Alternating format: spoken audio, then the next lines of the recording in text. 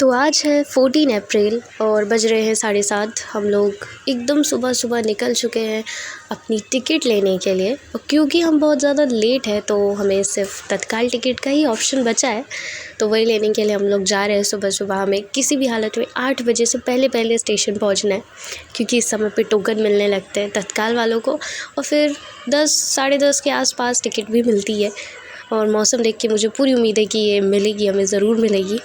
Finally station भी पहुंच चुके हैं, देखते हैं आगे क्या होता है।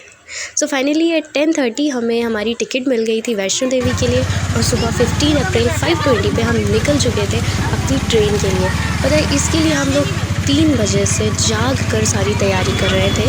एंड गेस व्हाट, आगे एक बहुत बढ़िया सरप्राइज़ हम लोगों के साथ स्टेशन में होने ही वाला था।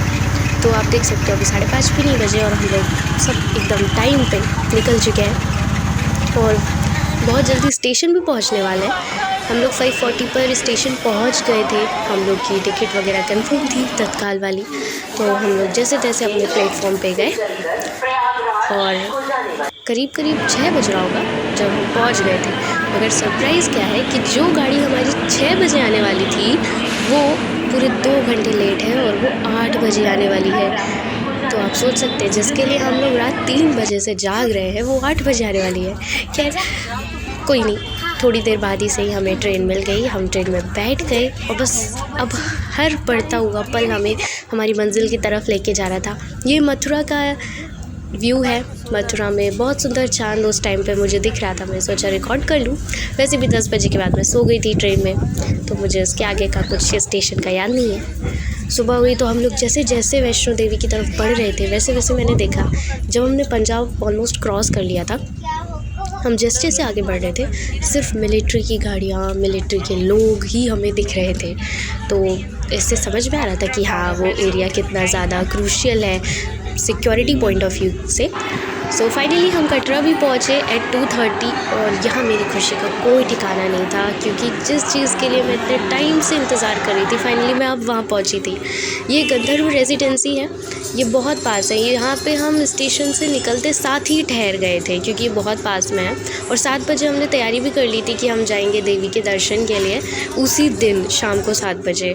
बट होता क्या है, यहाँ पे भी एक ट्विस्ट आता है कि बहुत सुंदर हवा चल रही थी, मौसम बहुत अच्छा था और काफ़ी प्यारी हवा चल रही थी, मगर अचानक से पता नहीं कहाँ से और कैसे वहाँ एक तूफ़ान आ जाता है। और ये ऑटो का व्यू है, जब हम लोग ऑटो से जा रहे थे ऊपर की तरफ तो हमने ये व्यू रिकॉर्ड किया था। बहुत प्यारा लग रहा था। लेकिन ये मैं आपको होटल का व्यू दिखा रही हूँ, इतना भयंकर तूफ़ान मैंने अपनी पूरी ज़िंदगी में कभी नहीं देखा, जहाँ पे बॉटल भरी भरी बॉटलें और प्लेट थाली सब उड़ती जा रही थी। डर गए थे हम। खैर फिर हमने उसी दिन रात को सब अपना होटल चेंज किया, हम मनोरमा रेजिडेंसी आए। रात को 10 बजे हम आ गए थे, क्योंकि जब हम गंधर्व रेजिडेंसी लौटे तो वहाँ पे कोई रूम खाली नहीं था। और यहाँ से हम 8 बजे निकले 17 अप्रैल को। और यहाँ से एक बात तो माननी पड़ेगी कटरा की, कि हम लोग कहीं भी जा रहे थे हमें माँ वैष्णो देवी दिख रही थी, उनका पहाड़ दिख रहा था, उनका भवन दिख रहा था। तो वो देखने के बाद तो रुका ही नहीं जा रहा था, ऐसे लग रहा था कि कब पहुँचे। मगर बहुत एक फीलिंग आ रही थी कि यार हम अनजान जगह हैं। तो फाइनली मुझे एक शिव मंदिर दिखा, मेरी बहन ने बताया कि यहाँ पे शिव मंदिर है। हम वहाँ गए, पूजा की, मन को बहुत अच्छा लगा। मैंने यही सोचा कि चलो फाइनली कुछ तो ऐसा है जो मेरे यहाँ का है। देन यहाँ हिमकोटी मार्ग का व्यू है। जब हम यात्रा ऑलमोस्ट चढ़ चुके थे तो हमने रास्ते में हिमकोटी मार्ग से एक छोटा सा व्यू रिकॉर्ड किया कि कितना प्यारा लग रहा है। ये वही व्यू है। ये पूरा यहाँ के पहाड़, यहाँ पे इतना सब कुछ इतना सुंदर है और बिल्कुल ऐसा है कि अकल्पनीय है। विश्वास ही नहीं होता कि ये सारी चीज़ें कैसी बनी होंगी, कैसे बनाया गया होगा इनको।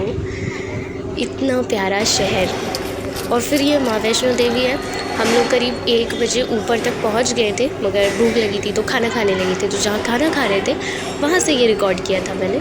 कितने पास पहुँच गए हैं हम, नीचे से अब कितनी ऊपर आ गए हैं, ऑलमोस्ट पहुंचने वाले। दर्शन हो गए, फ़ोन नहीं था तो आगे का कुछ रिकॉर्ड नहीं हो पाया। करेक्ट 5 पे हम अब नीचे उतरने वाले हैं वहाँ से। तो लाइन पे लगे हैं, बैटरी कार की लाइन पे, कि टिकट मिल जाए तो वो पहुँच जाए। मगर अफसोस टिकट नहीं मिली हम लोगों को, हमें घोड़ा ही करना पड़ा और हम लोग घोड़े से लौटे।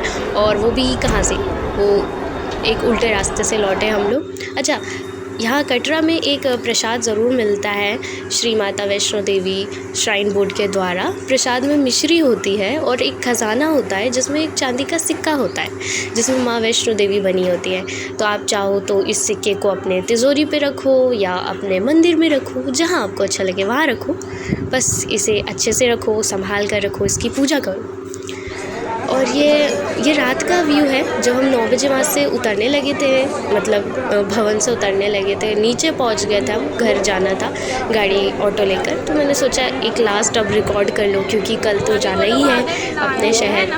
तो ये रिकॉर्ड किया है 9 बजे का। बहुत सुंदर लाइटों से इतना सजा है माँ का द्वार, इतना प्यारा माँ का भवन कि जिसका कोई जवाब नहीं है। अगले दिन एट 5 हम लोग 18 अप्रैल पे रेडी थे कि हाँ अब हमको जाना है। 7:30 बजे की हमारी ट्रेन थी। सो ये वही होटल है मनोरमा रेजिडेंसी जहाँ हम लोग रुके थे। इतना प्यारा है ये जगह, इतनी प्यारी है, यहाँ के लोग भी बहुत प्यारे हैं। और मैंने कहा ना, हम लोग जहाँ भी जा रहे थे वहाँ से हमें सिर्फ माँ वैष्णो देवी दिख रही थी, उन्हीं के पहाड़, उन्हीं का मंदिर। इवन हम एक हॉस्पिटल भी गए थे क्योंकि हमारे रिलेटिव की थोड़ी तबीयत ख़राब हो गई थी, तो वहाँ पे भी हमने माँ वैष्णो देवी ही दिखी और वो देखकर दिल एकदम खुश हो गया था। और मैं आपको एक बात बताऊँ, हम लोग सोच रहे थे कि हम लोग आगे जाएँ श्रीनगर साइड जहाँ बर्फ़ होती है, बट कोइंसिडेंटली क्योंकि मेरे रिलेटिव की तबीयत ख़राब थी हम नहीं गए। मुझे लगता है ये माँ का आशीर्वाद था। तो ये छोटी सी चीज़ें हैं जो मैं वहाँ से लेके आई। एज अ स्टूडेंट मुझे लगता है पेन लेके आना था तो मैंने पेन ले आया और मूर्ति ले आई।